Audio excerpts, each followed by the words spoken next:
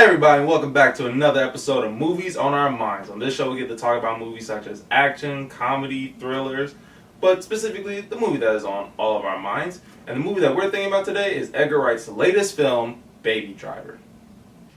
In this film, a talented getaway driver named Baby relies on the beat of his personal soundtrack to the best in the game. After meeting the love of his life, he sees a chance to ditch this lifestyle and make a clean break. Forced into working for a crime boss, Baby must face the music as a doomed heist threatens his life, love, and freedom. The movie is written and directed by Edgar Wright and stars Ansel Elgort, Kevin Spacey, Lily James, John Hamm, John Bernthal, and Jamie Foxx.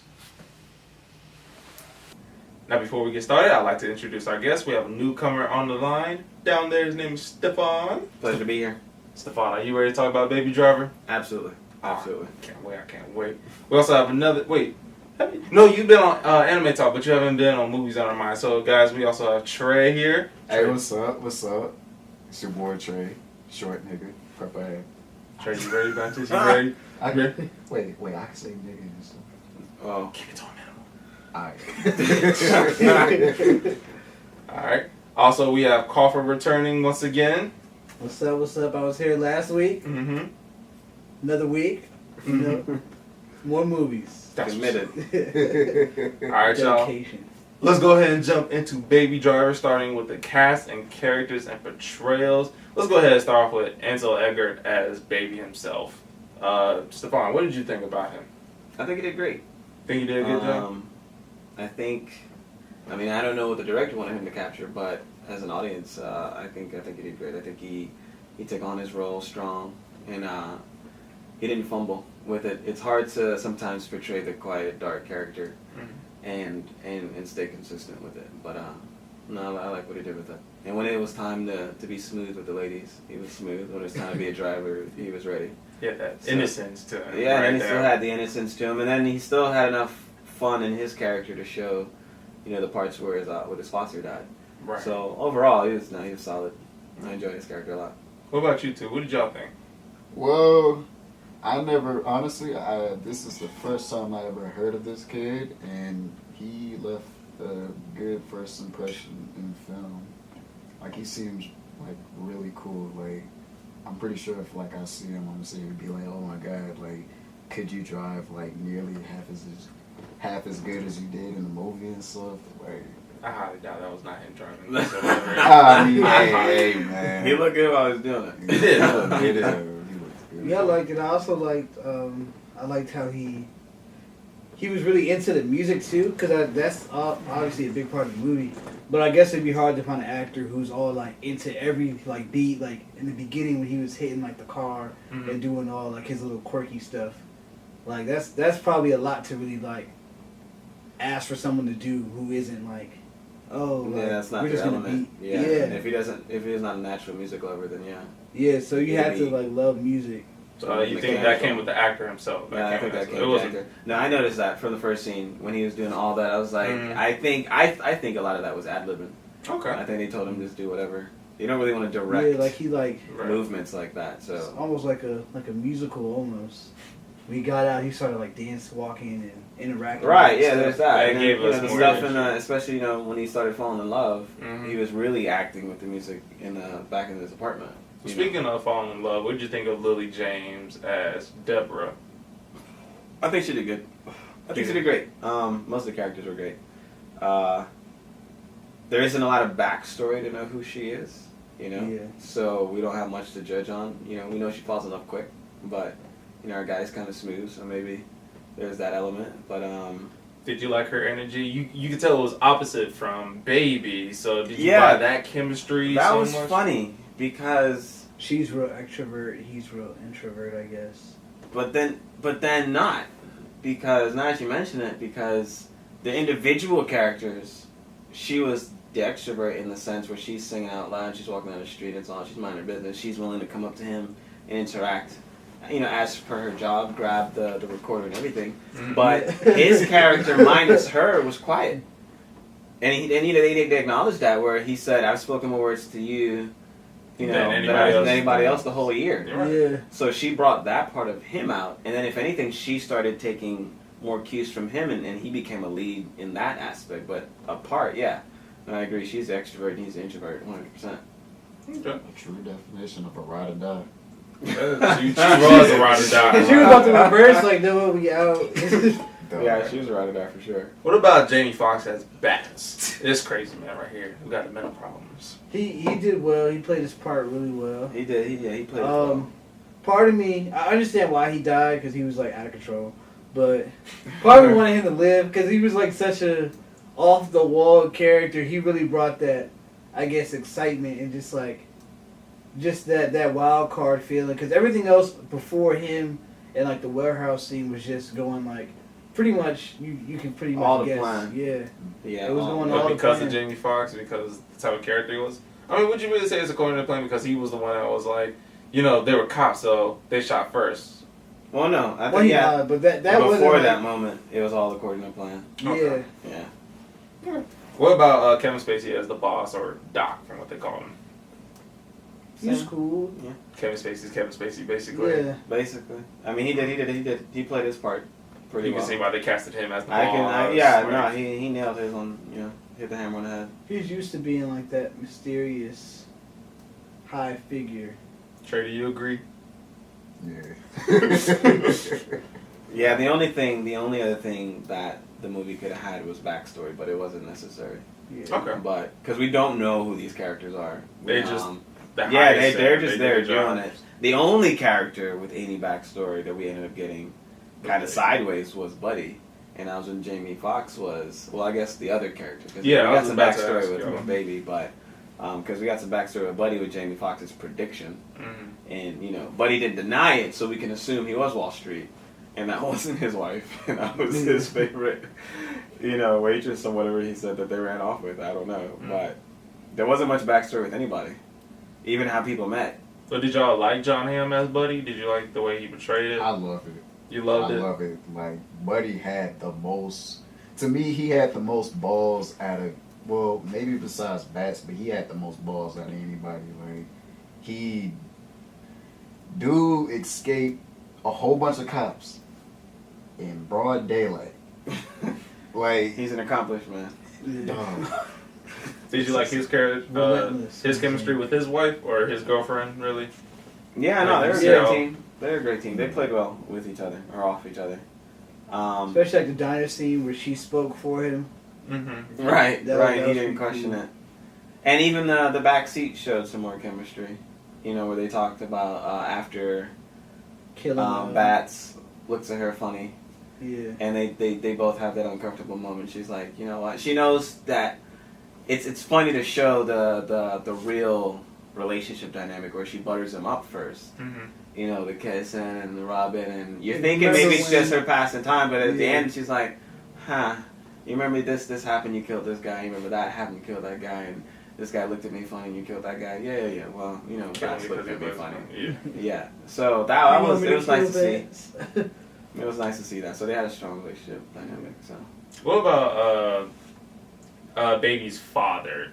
Did you like the way that they incorporated him? Like the fact that he was deaf and black, like that was a different style to put in there? Or it was just something like, it's there and we understand and keep going? Like, did y'all appreciate it or did it do anything for y'all? That I specific appreciated that it was a deaf character. character. Okay. That's an element that you don't see in movies quite as often. And it fits so much in this And one, then too. it fit. It fits with like Baby's personality. And it too. fit with his personality. And it was also interesting to have him in a foster home and not be with an aunt or not be with an uncle or not be on his own or one of the other typical stories of this guy that's like on the bad end of the law. Mhm. So they mixed that pretty well. Okay. I don't remember the last time I saw a foster kid that was in the midst of a movie like this. That was a main character. And because oftentimes the more people you add on the back end, you have to explain their stories. Gotcha. But they found a way around that just with the action sequences. But that was a nice way to put it. And it helped another person share the music as much with him just by having to touch the speakers to get along with it. And he knew he was in love, from the type of music he was listening to. So that was an interesting Okay. addition. I appreciated that. Cool. Okay, y'all, that was the cast and characters. What about the plot and structure of Baby Driver? I guess we can start off simple, like how were the car chases in Atlanta? You know, the way that they were filming that and how it came off on screen. Because you know, when you see like Fast and Furious, they cut a lot. But with the way they did in this one was it was so smooth, and the fact that we're from Atlanta, so we know where they're going in it. So like, oh, they went from Peachtree to 85, which I don't know how they got that highway closed. Right. Streets are one thing, but that's a whole business rush hour highway. That's probably like the worst place in Atlanta to have traffic. I feel they like, got that closed. I feel like the scenes are like the car chase scenes are really cool. And being from Atlanta, like you probably do have all those like how do they do this? But I feel like as a whole, like if you were to say, oh, that was Sacramento or something like that, and you're not from Sacramento, like it wouldn't make that much of a difference because you just see people driving. You know, you may not know how the traffic there is or what they had to do, but I do applaud them for getting those locations and being able to do all that they did there. So do you like the fact that they said this is Atlanta? Like we filmed in Atlanta, and this is straight up Atlanta. It's not Los Angeles. Or I mean, like it could have been anywhere. So it's cool that it was Atlanta. I feel like it would have worked if you really put it anywhere, any city. Okay. Y'all agree with that? Mm-hmm. Oh no, I'm proud that it is here. I mean, because the filming incentive has made people want to keep the actual setting to their films in Atlanta now versus, because I mean, you think about most films in New York, sometimes Chicago, but mostly LA. Like they think everything's LA, but they're owning that this is Atlanta streets and you know the Atlanta population and the APD, regardless of how ridiculous they look sometimes. Like you know, it does look ridiculous a little bit in this film. So, what about like the feel of Atlanta? Like, how long do you think Edgar Wright was in Atlanta to write this? He couldn't have just like come for like 2 weeks. He had okay, you know, it takes from Dunwoody to be for this amount of time. I'm just gonna put in the film. Like, no, he I got don't know because I don't think he may have chose it to be like that. It may have just worked out. Okay, Atlanta's a cool place to shoot at. It's cheap to shoot. All that stuff. Let's just hire a location scouting team, and they can help us with that. Because I feel like it was enough to where he could put in things like they mentioned Dunwoody, and they mentioned like some Spaghetti other Junction. yeah, Spaghetti Junction. They mentioned some stuff, but I feel like if you took that to like a different city and mentioned whatever I-85, the spirit of or something like 85, that. Yeah, yeah, like something like that. Like I feel like it was enough to where okay, I get the location and I get how you are, you know, representing the location that you shot in. But I feel like if you would have changed out some stuff and been like, oh, this is Sacramento, nobody would have, you know. You ever think for Sacramento? Yeah. No, he likes that got a lot of example a lot. Sacramento pride. No, it's just a random. We're talking about Atlanta pride right now. I don't know, We're it's just a random city. But no, Austin, whatever. Because it's not a random city. Because when he said Spaghetti Junction, it went beyond random city. Yeah, and that's why you don't have to know Yeah. Atlanta. I'm saying like it's cool that they did that, but I also feel like if you took this story and put it somewhere else. Absolutely, yeah. It's a car chase movie. You could do that anywhere. You could have did that in Fast 8 does that all over the damn world. Yeah. I mean, What about they do it on a patch of ice. That's Yeah, you got to stretch a pond. I mean, they race some submarines now, so it's all good. What did y'all think about the soundtrack? I heard Edgar Wright actually wrote this screenplay based off the playlist, which is usually kind of interesting. But did y'all enjoy the soundtrack? Did y'all think it? Funny story. I mean, I do a lot of my writing based off music that I am listening to or have listened to.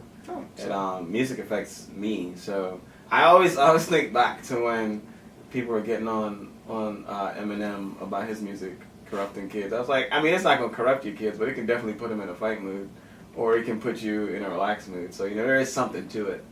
But I think that's cool if that was his process music, than writing or relaying back to it. Most of the songs I wasn't really that familiar with, so the soundtrack didn't impact me, but it was. You could still appreciate how it meshed with the movie, and you could see what he was trying to do. That he wanted the movie to be music driven, easily. So you know, now that was great. That's not something you see very often. Do you two agree with that? Yeah, I agree. Okay. This is a little pet peeve of mine, but did y'all notice that they never closed the doors? Like every time they got out of a car, just leave the doors open. I have a They probably have to get right back in as soon as they get out. No. If I have my door closed, you come in there, I expect you to close that door when you leave. Every door. But yo, I'm about to rob people. Fuck closing the door. Like I get in and get out. Like No, they made a point. They even leaves you to know that, that gotta be the car because, who leaves the doors open. I mean, that's kind of like... You're talking about when they left the car? Yeah. All the time. All the time. I mean, it's like, we're leaving anyway, like, fuck it. They know the car description, like, they're gonna find the car. Again, this is just a pet peeve It of still mine. helps, Like, though. there's some people out there that hate it when people don't close the doors behind No, them. I agree. But I also feel like it could be like a, what is something that's like representative of like a signature? Like, I forget what it's called, but it's like, because Baby always thought he had a job, but it was never done, so it's like the doors never closed. Oh, you mean what is something that they're called? alluding to or metaphorical? Yeah, it's like some metaphorical.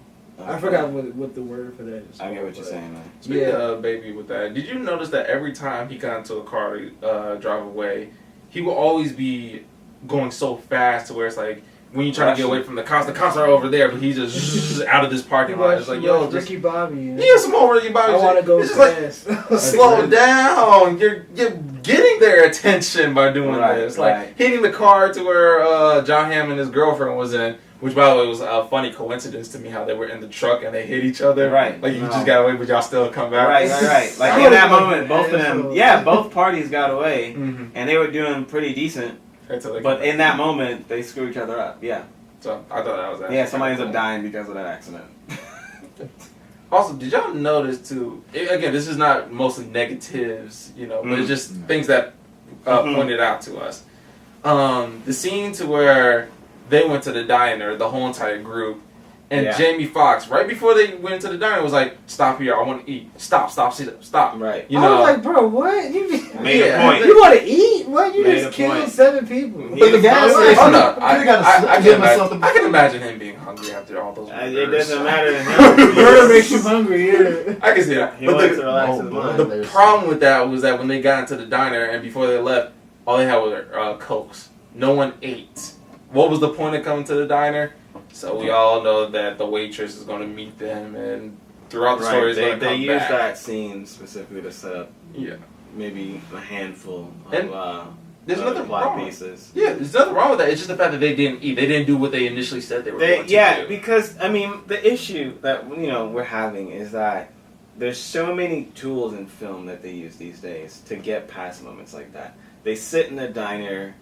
They acknowledge her, and then the cast doesn't even have to. The story itself doesn't even have to say that they acknowledge the girl. It could just be eye contact between Bats and Buddy. The minute that there's eye contact between Baby and Deborah, that would let us know that those two are onto what's happening. Like, there's so many different cues that they use with the camera these days that they've been using for so long to move that along that they didn't have to leave it empty like that. They could have easily had some eye contact and then ordered some food and montaged out of there or faded out of the screen or cut scene back to the warehouse. They could have even cut that short after they finished. It could have been eye contact. You know what? Let me get 2 eggs and some bacon.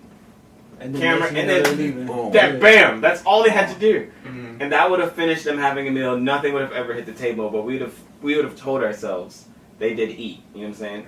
And I think the issue we're having as the audience, and that we're going to talk about later on with the ending of the movie is the little things that they didn't patch up the movie with that they could Which they set up, and they said that Which they're they gonna set up. do, but they just we're not really We're here to do what you already know is Yeah. going to happen. Like, for a fact they're going to meet the waitress, and that's going to play into the rest of the film. And you know that, but you said you were here to say do they one- got sloppy, but somebody decided it wasn't necessary. Yeah. And it's you notice it.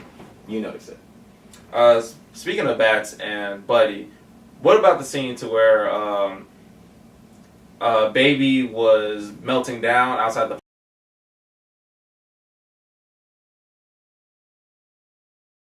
I understood why it happened, per se, mostly because they foreshadowed it. If you remember when Bats was talking about the last mission he did, and, well, not the last mission, but a mission he did. Yeah.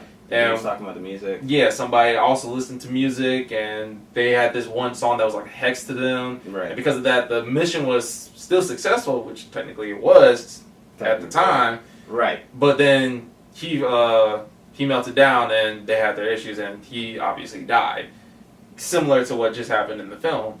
But in the film, it was like, baby didn't have to do that. It wasn't, your mission is to do this and then run away. You doing this is just going to create more mayhem more for you. more roadblocks to running away. Exactly. Right. Yeah. Do y'all think the same thing? Yeah, or? but I feel like he was also conflicted because he did just see the lady that like knows his face. Like the lady knows his face. Which, by the way, she just snitch immediately. Like he just said, I was like, you ungrateful bitch. Just like, don't go inside. I'm like, dude, you got the cop coming to the window. Like I just then told you got the cop go up to him. Not you even can go home and call your boss and say, I was told. I would have been in the driver's seat today. like, Oh my god. Yeah. But no, I feel like maybe he did that because consciously he knew, okay, if I drive away with him, it's gonna look like I was a part of this. But if I crash, it make it seem like they tried to force some shit or something like that. Maybe it'll seem like to the lady that I'm not. I highly doubt that's what that people was evil. thinking. I Well, I don't know because when it came to trial, he looked like. Well, no, that's the next thing with the different things you can do with the camera, the different techniques and different things you can do with the camera. But in that moment when she notices him, my first thought, just because of how movies play out, is that she recognized him. And now, if this goes through, she would have a face to put on. But I mean, she doesn't have a name though. But they would have camera footage of him coming in that day, all of that. But then when he nods her off, it's safe to assume he's just trying to save her. But I definitely understand anybody being conflicted as to what the intentions were in that moment. Okay. But I still think she should have just left and not called the police. Yeah. All right. What about the fact that Kevin Spacey or Doc, out of nowhere, like when Baby came to get the tape, he was like, "No, I'm not going to help you. Get out of here." Here comes Deborah. Fuck it. Go ahead, get your tape. I'm gonna help you too while I'm at it. You know, Right, I'm gonna he has get a bag of money. He has a car. Just drive as fast as you can. Like, what just happened? Like, I don't understand it at all. This sudden change in character. Yeah, One, massive he change of threatened to kill the same girl. Exactly. And everybody that he loved. Like, he said, I will everybody kill that he everyone you love. And all of a sudden, he got a soft spot. Like, oh, I was like, he's like, And he said, I was in love And too. that was the only offer as a change. These are the things we're talking about, though. Exactly. This is going to be the problem, that if anybody has a problem with this movie, it would be different things like that. And I don't want to call them plot holes, because I think that word's too big for what we're discussing, but they dropped the ball in certain parts. Plot inconsistencies. It's sure, yeah. It's they had all the tools, and they had done in a way the movie wasn't so complex that they had to give enough character backstory to they didn't have to justify anything. Exactly. It's kind of like they offered the story as it was, and you take it or leave it. But then later on, then it got a little complicated, and there was times that the audience would be asking, so what happened here? And they continued the path of, we're not offering you anything. This is what it is. It's like, you buy here, pay here. And that's all you get. Yeah. So, and it wasn't as neat a package near the end of it. But I mean, it didn't take away from the movie completely. It just leaves you, because it's like they've done such an excellent job prior to. I think that's the only reason people like ourselves are even going to ask questions. Because had the movie not been that good, we'd probably just rack these up as just other flaws in the movie. But I think that's what it is. Yeah, it's like, it was how did going y'all let that? so, yeah, like how did you let that happen? Yeah. Like, So Kevin Spacey just giving away tapes of him talking about all types of illegal shit, and like I was wondering why he didn't burn all those tapes. Like, why would you take those tapes just to keep them? I mean, that could have happened later. Yeah. Or maybe he could have probably was like listening to the mix and stuff. He was Listening to the tapes himself. He was Yeah, like, this I'm gonna is just sell hard, these bro. myself. He was going into producing. It was He's about bananas, to start a guys. label. It was bananas. Shit. Alright, what about the fact that Buddy was coming back for revenge? We understand that why he was coming back for revenge against Baby, because initially it really was his fault. Yeah. But it's like the fact that was probably his only companion or associate he could talk to, like that character itself to build up, and then to just completely flip the coin, and now he's the one coming for revenge. If it was Bax, that's one thing. We could definitely see Bax, because he's mentally challenged. Yeah, he's What? unstable. Unstable. He's not a balanced human being. Mentally unstable. Yeah. But I was just thinking, like, him coming back for revenge was like, why I mean, him? I know why he did it. We know 'cause why. His girl, but I'm more impressed of the fact that he really was like relentless. Like Yo, you escaped a cop shootout in broad daylight, and that was multiple cops. Like, it wasn't like it was one mall cop. If you think about it, he did the exact same thing his girl did. He got 2 guns and did it just like this, but he survived. But when the girl does it, she dies. Because he's relentless, you know? She wasn't focused. She wasn't? She was like talking shit to Baby while she was like shooting. She was like, "This is all your fault." Oh. No, you want to know one thing that's like that really got me? When they were sitting in a diner, okay, that had to be like a big heist or something. So none of them in the diner or none of the cops didn't recognize them from like the TV or anything. Like, that's the thing that got me. If somebody pull off a big job like that and they give out a description, you know, got like the, you know, they see their face or something, you can sit here, spot that person from a mile away, and usually you just call the cops. Like, that's the one thing that always got me. I'm like, how you not recognize this man? A man who sit here and shot at cops and got away from broad daylight with 2 guns. Like, Speaking of shooting, bro, Yeah, we don't have no face. you remember the 3 guys that they shot at the warehouse and then came back at the end? You know what's very interesting to me was when Doc shot the guy in the middle, but he shot him right here, and seeing that he has a bulletproof vest on, and then just turned around. I thought I told you to run. You thought he was dead? You shot him right here in the bulletproof vest. I remember somebody in the theater was like, got shot. "Man, how did he eat that shot?" I was like, "Yo, he had on a bulletproof vest. Did you miss that?" Exactly. He shot him square in All 3 of them had it. But Kevin got shot too. He ate it. He didn't have no bulletproof He vest. ate it, turned around, and shot again. I was like, "Yo, how did you not fly? That's a shotgun. Like, your whole Well, body you know, should have flew." He should have flew like Christoph Waltz in Django Unchained. Remember when he hit the books? Yes. Should have been like that.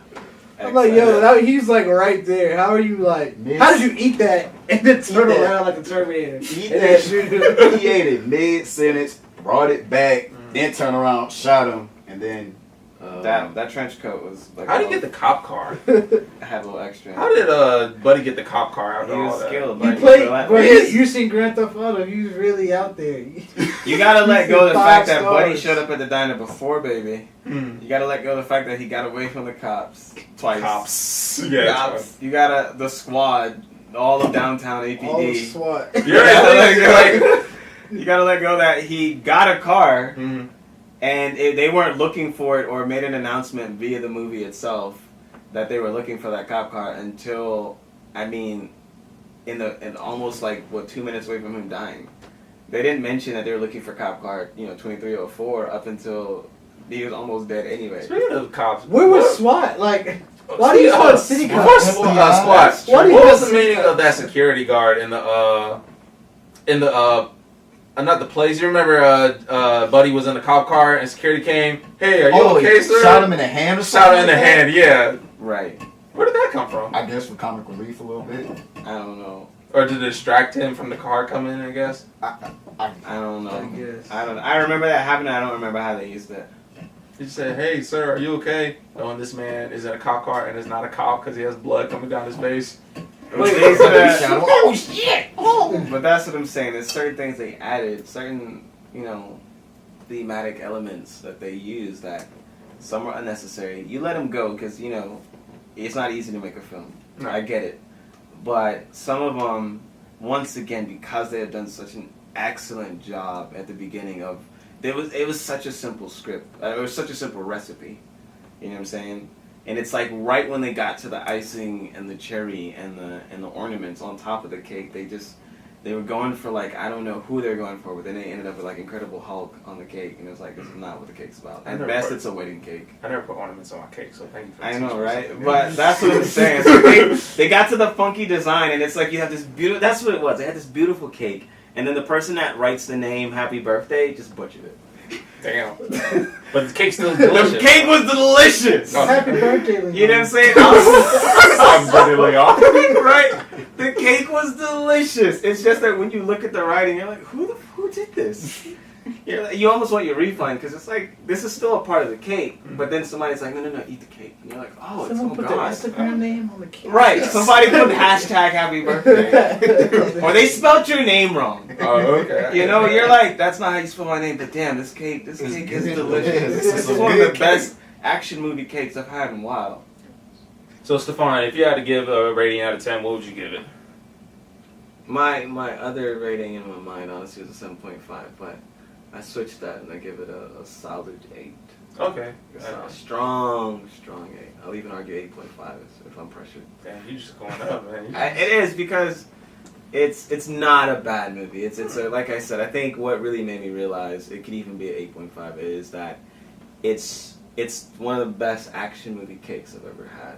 But literally, they just spelled my name wrong on it. Okay, I got you. That's what they did wrong. That's all they did wrong.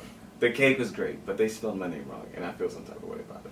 That's how I can put it. But great movie. Trey, what about you? What would you get out of 10? I give it a 9. Personally, for me, I'm a huge fan of action movies. This movie's got action, it got a good storyline, and, you know, for some part, I wish they would kind of, you know, work more on character development and stuff, like how some people meet, or, like, for example, how, what's his name? Baby, how, chill. I'm a little I'm a little absent-minded, but chill. But one story I would like to know is how Baby and his adopted father met, like how that came in action. But It's important. It's a personal thing. Okay, I can see that. It's a personal thing for me. Right. What about you, Khafre? If you had to get it out of 10, See, earlier I rated it a 9. was it going up or down? It's gonna go down. Yeah. But not like a whole bunch. I Not loved like it. a whole bunch. I love it. But we just discussed a lot. And, you know, it's an 8. You know, it's still good. It's a good movie. I'll probably watch it again, like if it comes on TV or Netflix or wherever. Agree. It's got replay value, for sure. A lot Yeah. of replay value. But the last 15-20 minutes, you just gotta just let it go. Yeah, that's what took it down to one little point. You gotta just let it go. Okay. It's just Alright, I agree with that, but I'm still gonna stay with my 9 out of 10. That's 9 out of 10. Like, this is actually my second time seeing it. I had just as much fun watching it the second time that I did the first one. I was able to catch some things in it that I didn't see the first time, such as, like I said, the setup to where Jamie Foxx was talking about his last mission, and that came in later. Yeah, I didn't notice that. Or even when he was watching NASCAR in prison, it was like, oh my god, that could have been his second life and made just as much money. Yeah. And it makes sense. Or been a music producer. Or been a music producer. He could have been like That would have been that could be another Edgar Wright film on Baby. Alright, y'all, I want to thank y'all again for joining us for Baby Driver and reviewing it with me, or just talking about your thoughts, of course. If you don't mind, Stephon, would you talk to this camera and tell them where they can find you? You can find me all around Atlanta. I actually work in the movie business. So right now I'm doing grip work, so you might not see me on set, but you should see my work on set. But I'm in Atlanta and I'll be doing reviews anytime I can. Awesome. What about you, Trey? Well, you can find me on Twitter, Instagram, TRE_IP. You can also find me at your local corner store handing out blessings too. So, yeah. That's what's up. Alright, Khafre, once again, where can they find you? You can find me on Instagram at FlookUpCoff2. And photography. I'm a photographer. I do photography. So, you know, find me anywhere. That's what's up. Alright, y'all, you can find me on Instagram, Facebook, Twitter, on Baroque Barocco, BROQE, BROKO. Guys, we want to know what you thought about Baby Driver. Do you agree with our thoughts? Let us know in the comment section below. And guys, as always, you can click right here to see you next time, Movies on Our Minds.